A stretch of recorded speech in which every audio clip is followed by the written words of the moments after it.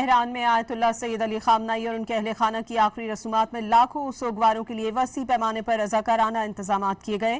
جگہ جگہ free food camp لگائے گئے۔ سوگواروں کو بلا معاوضہ کھانا، ٹھنڈا پانی اور مشروبات فراہم کیے جا رہے ہیں۔ شدید گرمی سے بچنے کے لیے سوگواران پر ٹھنڈے پانی کی پھوار بھی کی جا رہی ہے۔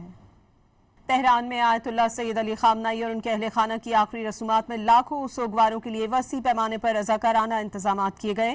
جگہ جگہ فری فوڈ کیمپ لگائے گئے۔ سوگواروں کو بلا معاوضہ کھانا، ٹھنڈا پانی اور مشروبات فراہم کیے جا رہے ہیں۔ شدید گرمی سے بچنے کے لیے سوگواران پر ٹھنڈے پانی کی پھوار بھی کی جا رہی ہے۔